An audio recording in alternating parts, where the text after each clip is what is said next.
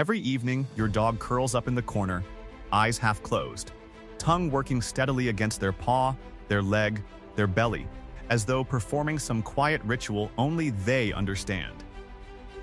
You've probably thought it was just an itch, or maybe boredom, or a habit they picked up somewhere along the way. But what if I told you it's none of those? The truth behind this simple act can change the way you see your dog forever. Because when they lick themselves over and over, they're not just grooming, they're sending you a message so powerful, most owners miss it their entire lives. And today, I'm going to reveal 15 hidden reasons behind this behavior. Number 9 is so surprising that many dog parents admitted they will never look at their pets the same way again. Now, let's begin with the very first one. Number 1. The silent self-soother.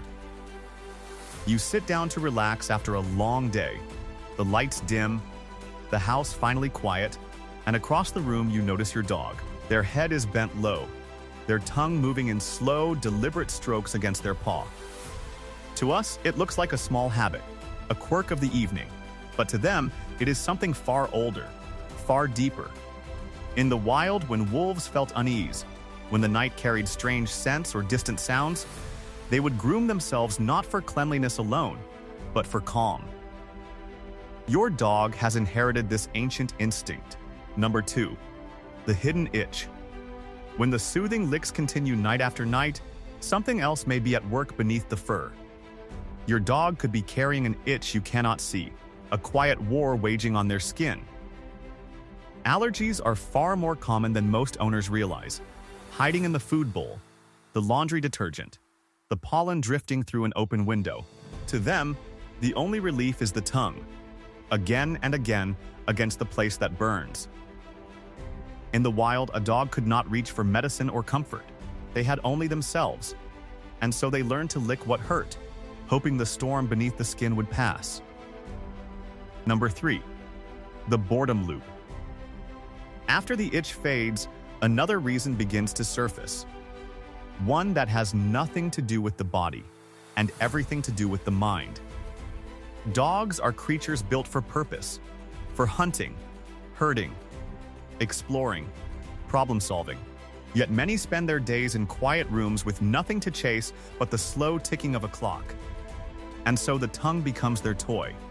The paw becomes their puzzle. The belly becomes their game. To us, it looks like idleness. To them, it is the only stimulation left when the world has grown too still. A bored dog will always find a way to fill the silence. Number 4, the anxiety confession. Beyond boredom lies something heavier, a feeling your dog cannot name but carries all the same. Anxiety in dogs is rarely loud. It does not always bark or pace or whine at the door. Sometimes it hides inside a quiet rhythm, a tongue moving over fur in steady repeating strokes. When you leave for work, when voices rise in the house, when the storm rolls in across the sky, your dog feels it all. And licking becomes their confession, a way of saying without sound, something inside me does not feel right. It is the only therapy they know, the only way to hold themselves together until calm returns. Number 5, the pain whisper. And sometimes the licking is not about the heart at all, but about the body. Dogs are masters of hiding pain. In the wild, weakness invited danger, and so their ancestors learned to suffer in silence. That instinct still runs through your dog today. When a joint aches, when an old injury flares, when arthritis quietly settles into their bones, they will not cry out. Instead, they lick the spot that hurts, again and again. A leg, a hip, a paw. It is their whisper to the world. A soft confession of pain that owners often miss until the licking has worn the fur away. Number 6, the skin alarm. Just beneath the surface of constant licking, another truth often hides, written directly on the skin. Hot spots bloom in red, angry circles. Fungal infections spread in silent patches. Bacteria find their way into folds and crevices the eye cannot easily reach. Dry skin cracks under winter air or harsh shampoo. To your dog, these are not mysteries. They are fires that need putting out, and the tongue becomes the only tool they have. Yet ironically, the more they lick, the more the fire grows. Saliva softening the skin, opening doors for new infection. What began as relief slowly becomes the very thing that keeps the wound alive. Number 7. The flea or parasite tell. Sometimes the cause is smaller than the eye can see, yet powerful enough to drive your dog to madness. A single flea bite can release saliva into the skin, triggering an itch that lingers for days. Mites burrow deep, ticks latch on in hidden places, and tiny invaders set up home where fur is thickest. Your dog cannot scratch with hands. They cannot pull the parasite away. So they turn to the only weapon they have: the tongue. Watch where the licking concentrates: the base of the tail, the inner thighs, the paws. That spot is rarely random. It is a map pointing to the trespasser within. Number 8. The hormonal shift. Beyond the surface of skin and parasites lies something quieter, something stirring deep inside. A dog's body, like ours, is a delicate balance of hormones, and when that balance tips, the signs often appear on the outside. Thyroid imbalances can thin the coat and dry the skin. Cushing's disease can leave them itchy and restless. Even the slow march of aging changes how their body produces oils and protects itself. Licking becomes the response, an instinctive attempt to soothe what they cannot understand. Most owners never connect the dots. They see a behavior, not a symptom, and the silent shift inside continues unnoticed for years. Number 9. The compulsive spiral. And here is where the story takes its most surprising turn. The reason most owners never see coming. What begins as a simple lick can slowly transform into something far darker, a loop the dog can no longer escape. Veterinarians call it canine compulsive disorder, the dog version of OCD. It starts small, a few extra strokes a day, then minutes, then hours, until the behavior becomes the only thing that brings relief from the very anxiety it creates. The paw turns raw. The fur disappears. A wound called acral lick dermatitis forms, refusing to heal. By then, the dog is no longer choosing to lick. The licking is choosing them. Number 10. The attention seeker. Not every reason hides in the body or the mind. Some grow quietly out of the bond between you. Dogs are brilliant observers. They study every reaction, every glance, every word you speak. And somewhere along the way, many of them learn a quiet truth. When I lick myself, my human looks at me. My human speaks. My human comes closer. To them, your attention is sunlight, and licking becomes a way of bending toward it. Even scolding counts as connection. Even a frustrated word feels better than silence. So they lick. Not for the body, not for the mind, but for the gift of you noticing. Number 11. The taste of you. There is something tender hiding in this next reason. Something that turns even self-licking into a love story.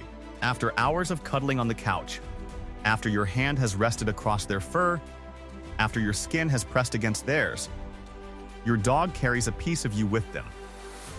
The salt of your sweat, the trace of your lotion, the faint perfume of your everyday life clinging to their coat, and so they lick. Not the world, not themselves alone, but the memory of you woven into their fur. To them, your scent is comfort, your taste is home, and every stroke of the tongue is a quiet remembrance. Number 12. The grooming ritual. Long before they became our companions, dogs lived by ancient rhythms, and one of them was the sacred act of cleansing before rest. Wolves in the wild groom themselves at the close of the day, removing dirt, sweat, and the scent of the hunt before settling into the den. It is a ritual of transition, a way of saying, the day is done. Your dog carries this same instinct, even though their world is now soft beds and warm rooms. Watch them in the evening, the slow strokes against their fur. They are not anxious. They are not hurting. They are simply preparing for sleep. Number 13. The dietary deficiency.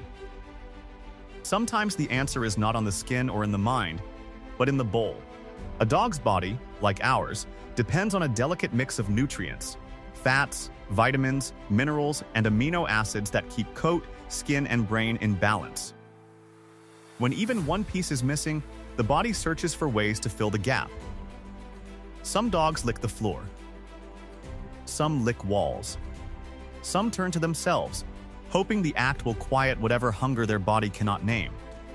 Most owners never suspect the food. They blame habit, behavior, anxiety. But beneath the licking lies a quieter cry, "My body is missing something and I do not know what." Number 14. The trauma echo. For some dogs, the licking carries the weight of a story they cannot tell. A shelter dog who waited too long. A stray who learned to soothe themselves through cold nights alone. A pup who knew harsh hands before kind ones. These memories do not vanish when the home becomes safe. They linger in the body, in the nervous system, in the quiet hours when the house grows still, and the licking returns. A soft echo of the survival skill that once kept them sane. To outsiders, it looks like a quirk. To those who know their dog's history, it is a wound still gently healing. Number 15. The love translation. After all the reasons of body and mind, of pain and habit and history, comes the gentlest one of all. Sometimes your dog licks themselves the same way they would lick you, and the meaning is far more tender than science can fully explain. Licking is the first language of love they ever knew, given by their mother, shared with their litter, offered to you each day. When they turn that act inward, they are sometimes simply giving themselves the comfort they have learned from the bond you share. It is love translated, a small ritual of self-kindness shaped by the warmth of belonging to someone like you. When you step back and see it all together, to your dog, this small act is never random. It is a language, a confession, a quiet conversation with the world. And if you felt even a flicker of truth in these words, then this channel is for you. Here we don't just talk about raising dogs. We celebrate living with them with love, empathy, and open hearts. So, if you want to understand your best friend even more deeply, make sure to hit subscribe now and never miss the stories that remind us why dogs are and always will be family.